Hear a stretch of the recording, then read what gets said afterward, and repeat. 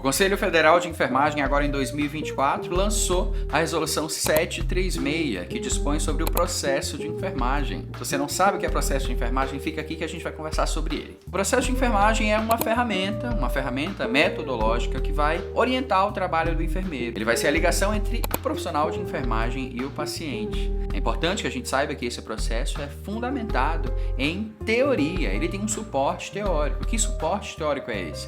As teorias de enfermagem, os modelos de cuidado que existem, os instrumentos de avaliação de risco, como a escala de Braden, por exemplo, que é aquela escala que avalia a propensão de um paciente ali de desenvolver úlceras por pressão. É importante que a gente saiba também que existem sistemas de linguagem padrão dentro aí dessa atuação do profissional enfermeiro que também vai dar esse suporte teórico ao processo de enfermagem. Lá na resolução, a gente tem duas palavras que caracterizam então esse processo. A primeira delas é deliberado e a segunda, sistemático. Então o processo de enfermagem ele é deliberado. Mas Samuel, o que é isso? O que é deliberado? Se você não sabe, algo que é deliberado é algo que foi feito com um propósito, com uma função. Então esse processo de enfermagem ele tem uma função. E ele é sistemático porque ele vai seguir um sistema, ele é organizado, ele vai então observar uma ordem, um sistema. Esse processo de enfermagem, então, ele deve ser aplicado em todos os contextos de atuação do profissional enfermeiro, que eu e você sabemos que não são poucos. Então, quando é que eu devo usar, então, Samuel, esse processo de enfermagem? A resposta é sempre. Para entender, então, de uma vez por todas, é só a gente lembrar que esse processo tem 5 fases. Você precisa, então, saber que fases são essas e que condutas tomar em cada uma delas. A primeira é a avaliação. Na avaliação, você vai fazer uma coleta de dados, sejam eles subjetivos ou objetivos. Os dados subjetivos, eles serão colhidos na entrevista. No momento da entrevista, você vai colher todo o histórico de saúde do paciente, bem como o seu histórico pessoal. Vai identificá-lo, vai saber se ele é casado ou não, onde ele vive, por exemplo, se ele tem alguma doença, se ele já faz o uso de alguma medicação. Essas e outras informações serão colhidas dentro desse momento da entrevista. E os dados objetivos são aqueles dados que podem ser mensurados. Você vai colhê-los através da aplicação dos métodos propedêuticos que você aprendeu ou está aprendendo aí na sua graduação em enfermagem. Nesse exame físico, por exemplo, você vai aprender a aferir a pressão arterial. Quando você afere essa pressão, você tem um dado que é objetivo. Vamos supor, 130 por 100. Tem aí, no caso, uma pressão arterial que foi mensurada, por isso que eu vou dizer que esses dados são objetivos. Depois que você colheu esses dados nessa primeira etapa, que é a avaliação, você vai partir para a próxima, que é o diagnóstico. O diagnóstico é uma etapa do processo de enfermagem que é exclusiva, é privativa do profissional enfermeiro. Técnicos e auxiliares de enfermagem não podem realizá-lo.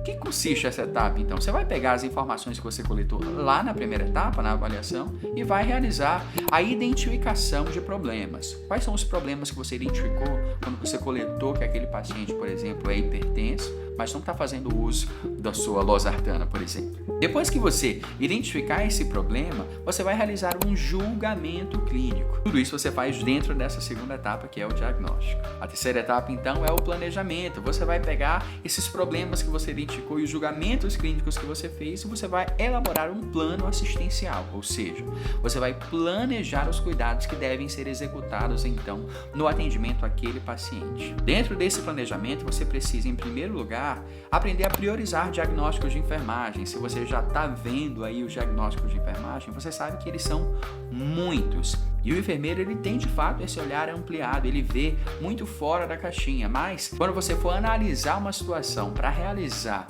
um plano assistencial, para criar esse plano, você tem que priorizar. Então, nesse momento, você prioriza os diagnósticos de enfermagem que são mais importantes. Depois que você priorizou esses diagnósticos, você vai determinar resultados. O que você espera que aconteça com o seu paciente quando você aplicar, então, esse plano assistencial que você está criando? Depois dessa determinação de resultados, você vai sentar de fato e vai prescrever aquilo que precisa ser feito para melhor atender o paciente e fazer com que ele alcance esses resultados que você determinou.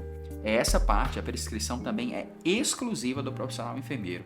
É só ele, dentro da equipe de enfermagem, que pode realizar tal prescrição. A próxima etapa chama-se implementação e nela você vai agir. Então a palavra que define essa etapa do processo é a ação. Você vai pegar todos os cuidados prescritos que foram realizados, criados ali na etapa anterior, que era o planejamento, e você vai colocar em prática.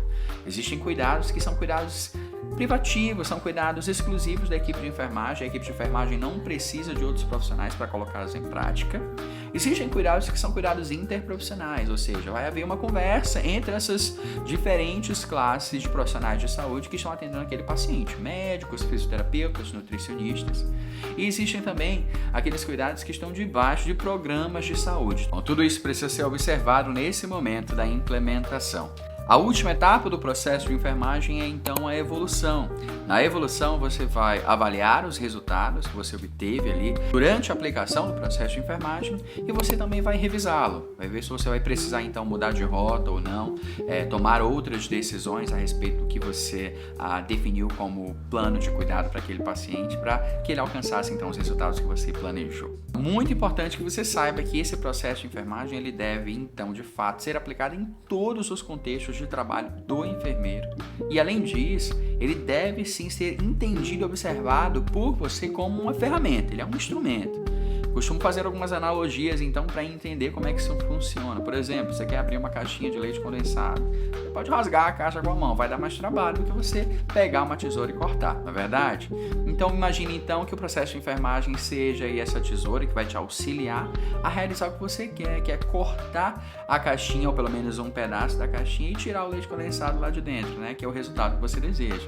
Você então, no caso, seria o enfermeiro, essa tesoura é o processo de enfermagem e a caixinha, a representação do seu cliente, do seu paciente. As etapas que mudaram então do antigo processo de enfermagem para o processo de enfermagem de agora foram a primeira e a última. O que é que aconteceu de mudança? O nome apenas. A primeira de histórico ou de coleta passou a ser chamada de avaliação e a última passou a ser chamada de evolução. Ah, Samuel, por que isso aconteceu? Não sei, gente.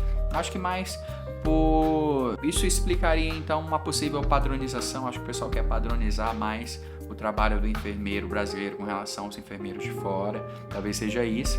E é importante que você saiba porque isso, além de cair das provas mais importantes de concursos e residências, é fundamental para a aplicação do trabalho de qualquer enfermeiro em qualquer parte do Brasil e do mundo. Se gostou desse vídeo, me deixa saber aqui embaixo nos comentários e qualquer dúvida escreve e eu, se souber responder, digo para você também. Vou deixar aqui embaixo também os materiais que me referenciaram cientificamente na preparação desse vídeo. Se você não é inscrito no canal, se inscreve, por favor. Já deixa teu joinha, o teu like, isso ajuda bastante o canal a crescer. E, obviamente, me segue lá nas redes sociais que estão linkadas aqui no box de descrições. No mais, um super beijo e até a próxima. Tchau!